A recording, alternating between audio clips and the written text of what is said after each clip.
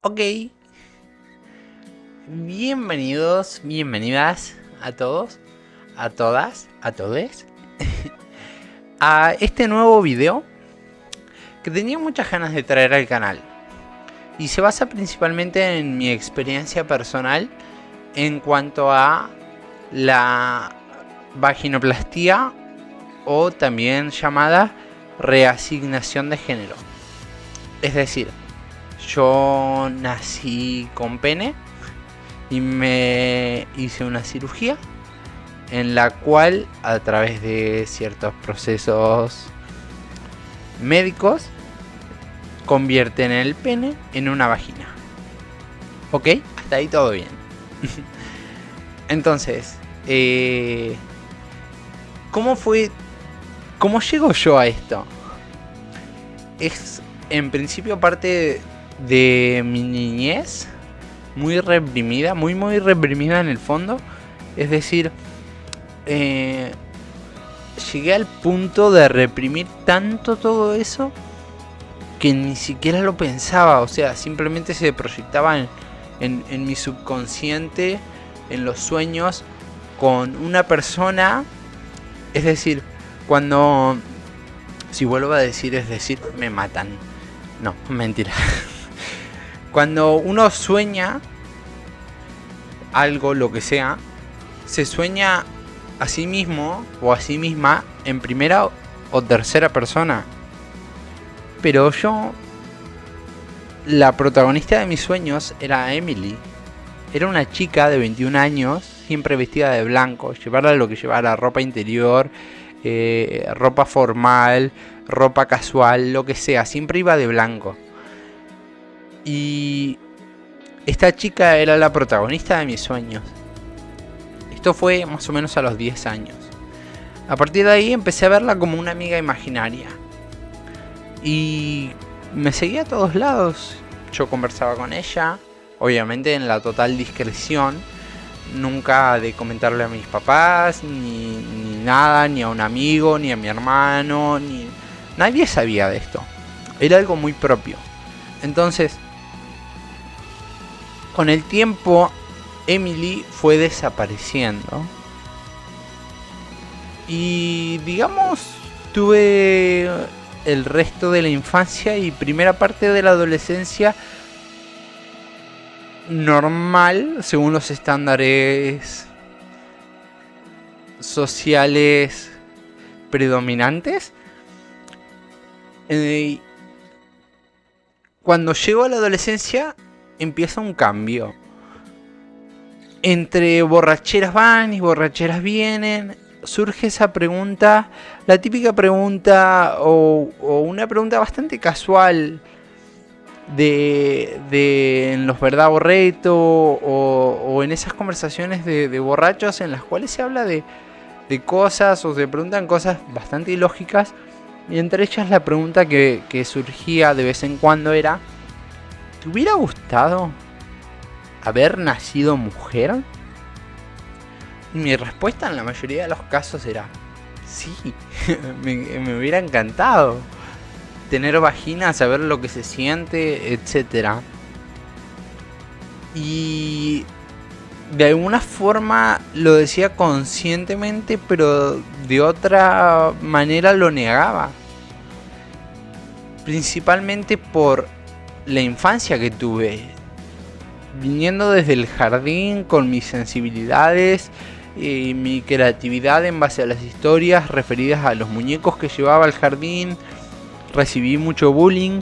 Después en la primaria también siempre era el típico nene lechoso, estúpido, que le pintaba a cualquiera jugar a los Power Rangers, a lo que sea, full fantasía.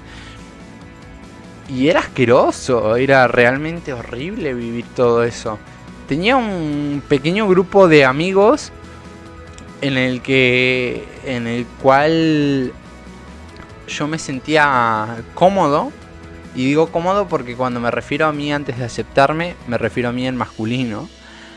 Y yo me sentía cómodo con ese grupo porque tenían las mismas ideas que yo. Es decir, disfrutaban la vida de la misma manera. en el sentido de no tomarse las cosas en serio. Si yo quería flashear que era un Power Ranger, era un Power Ranger. Si yo quería flashear que era Sonic. Si yo quería flashear que, no sé, que estábamos en la guerra de Troya y tenía que agarrar una lanza y tirársela a un amigo, flasheando que eso era una guerra, lo hacía. Y lo hacíamos y jugábamos y lo disfrutábamos un montón. Pero con el paso de los años se fue creando como una burbuja, ¿no? Donde se albergó esta personalidad femenina que no se animaba a salir. Tenía mucho miedo. Sobre todo porque en la primaria y principios de la secundaria me trataban como maricón, como gay, en formas muy despectivas. Y yo me sentía atacado. Y de alguna forma reprimí todo lo que yo sentía, lo que yo quería, consciente o inconscientemente. Pasaron los años, llega 2015, me toca irme a estudiar con 18 años, me voy a Junín y empiezo a explorar mi cuerpo. Empiezo a darme cuenta de un montón de cosas. Googleo por primera vez cirugía de cambio de sexo o cirugía de cambio de género. Me encuentro con un doctor que, según todo lo que decía internet, era un profesional en su campo.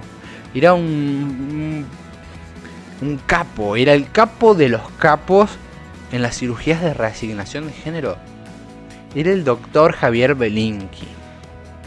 El doctor Javier Belinki con J y B larga mayúsculas. Fin.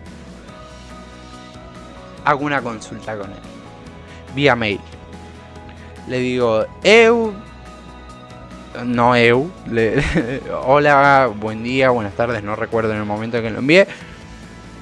¿Cómo estás? Tengo una duda, una consulta. ¿Cuánto cuesta la cirugía de reasignación de género? ¿Y cuál es el procedimiento a seguir? A lo cual el doctor pasa a redactarme toda la situación, toda la operación y cómo funciona. Pero yo eso como que lo paso por alto y lo que más me choca es el precio. Me dice, son $10.000. Y yo ahí dije, ok, nunca, jamás en mi reputa vida voy a tener $10.000. Nunca voy a tener una vagina. Y para mí en ese momento, si yo no tenía una vagina, no podía sentirme mujer. Una idea totalmente errónea. Totalmente. Pasan los años, sigo ocultando esto paulativamente y de algunas formas, ya sea estando en pedo o en un estado de disociación, iba dejando salir este lado femenino y llegó un punto que me afectó muchísimo. Llegué a una especie de pseudo violación, porque en parte fue, ¿cómo es que se dice? Fue consentida, pero llegado a un punto dije que no y la otra persona no frenó, hasta que lo dije como por tercera o cuarta vez y recién ahí reaccionó y me quedó como un evento traumático y desde ahí fue como bloqueé todo lo femenino en mí, lo encerré en una jaula, me miré a un espejo, me sentí una sucia asquerosa, un ser desagradable, horrible, unas ganas de morirme, de saltar de cabeza del techo de mi casa. Y dije, ok, esto es una flayada, estoy pasando un mal momento, estoy teniendo una psicosis, esto no es real, me aparto. Pasan los años y nos agarra por sorpresa a toda la humanidad el COVID, la pandemia. El exilio total y absoluto de los seres humanos el uno con el otro. Lo que ha hecho que subsista la especie humana. La unión de las fuerzas. Estábamos divididos. Todos. Cada uno por su cuenta. Cada uno luchando su propia batalla. Y yo me encontré en mi soledad. Y una noche, X, bebiendo, como tantas otras en pandemia, y antes de pandemia, porque ya tenía registros de alcoholismo, me hace un clic. Digo, ok. En ese momento había discutido con una amiga, y entonces lanzo una bomba. Lanzo un tweet que decía algo así como: odio la mentira. Principalmente tirando un palo a esta amiga que me había mentido, engañado, ocultado cosas, y yo me sentía traicionada. Entonces tiré un palo diciendo: odio la mentira. Y a raíz de eso prosigo con mi liberación. Entonces digo: odio la mentira, y como tal debo ser la primera en decir la verdad. Me siento mujer, me identifico como tal. Mi nombre es Emilia Jaurena. Y me chupa un huevo lo que opinen los demás. Algo así citaba el tweet. A partir de ahí, el primer mensaje que recibo es de mi hermano, que lo amo muchísimo, y la verdad es que una de las alegrías más grandes, que me dijo por WhatsApp, me acuerdo, me dijo: hermanita, hermanita, si esto es así, contás con todo mi apoyo. A partir de ahí surgen un par de situaciones en las cuales me tengo que enfrentar a mi familia, en cómo decírselos. No fue fácil, terminé llorando.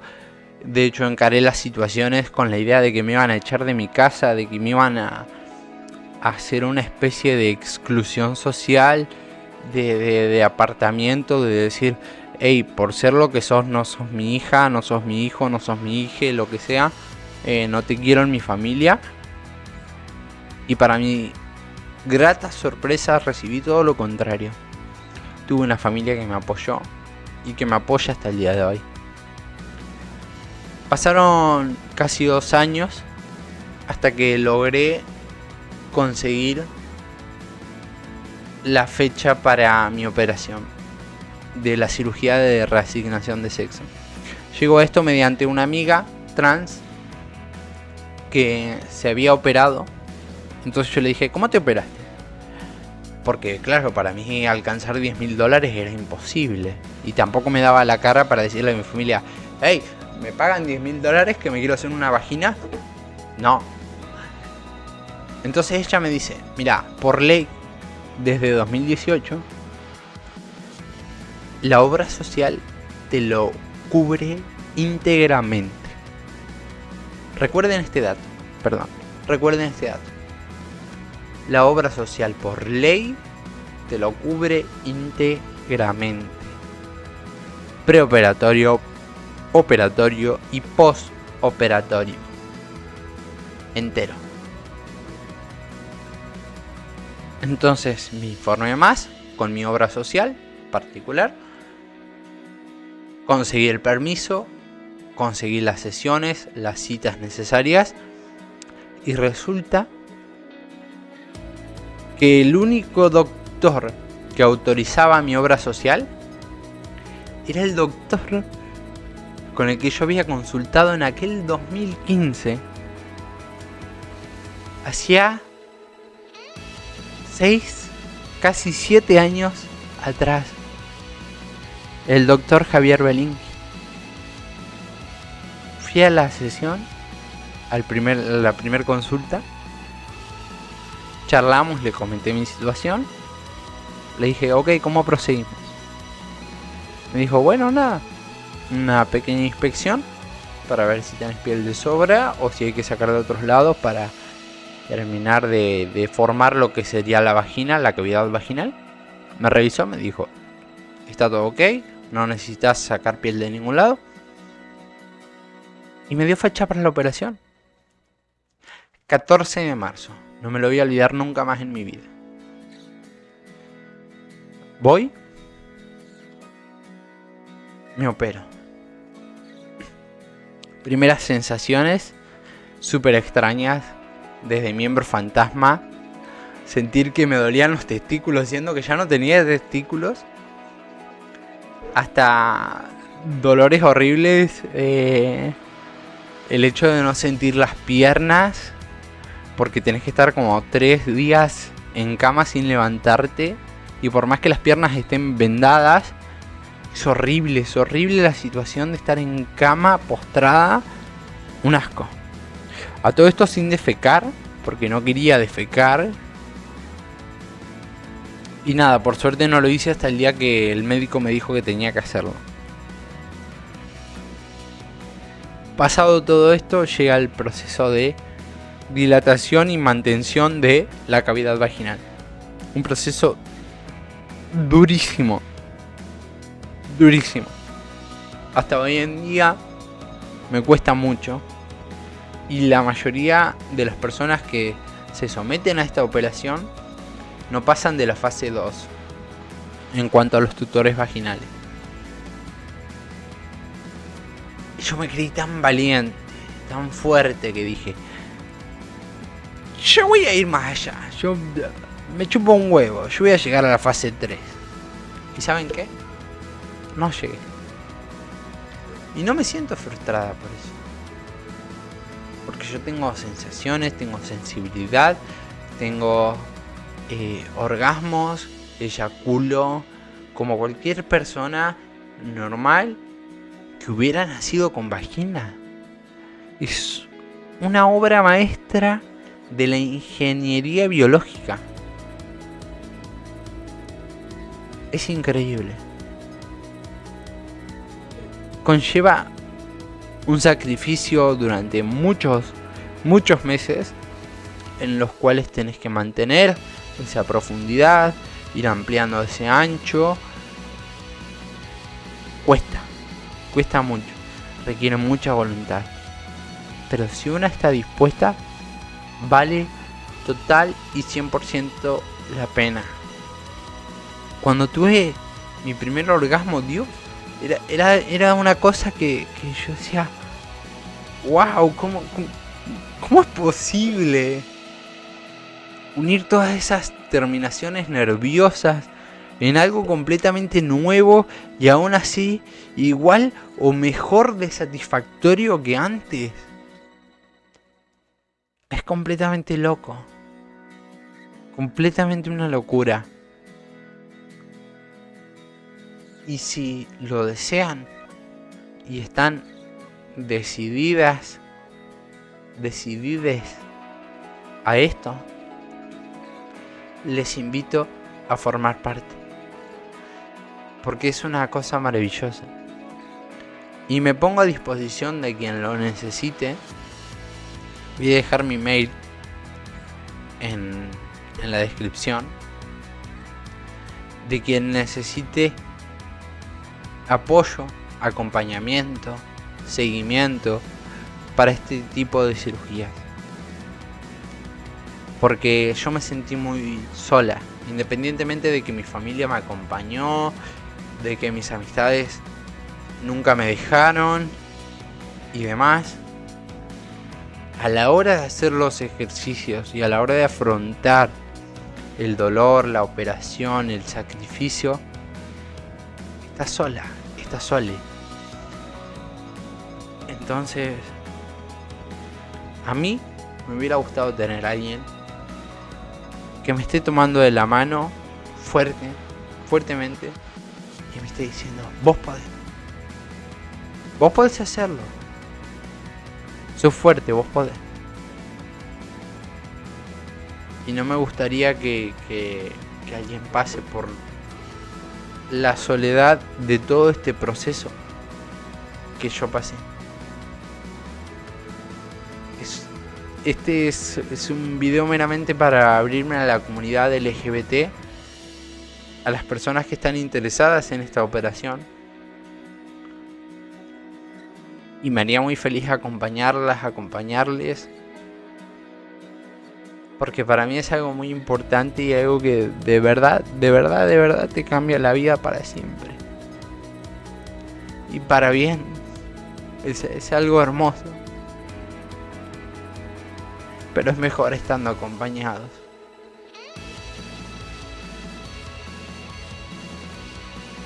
Creo que hasta acá puedo hablar. Les mando un beso enorme. Cuenten conmigo si lo necesitan. Y mucha fuerza. Que con voluntad, esperanza y sacrificio, todo se logra. Todo. Es un camino largo, pero al final satisfactorio, agradable y sobre todo te completa. Porque al menos yo creo que si alguien se somete a este tipo de cirugía es porque de alguna manera necesita completarse,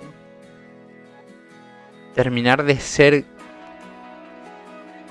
quien quiere ser, terminar de formar esa persona que ve en el espejo.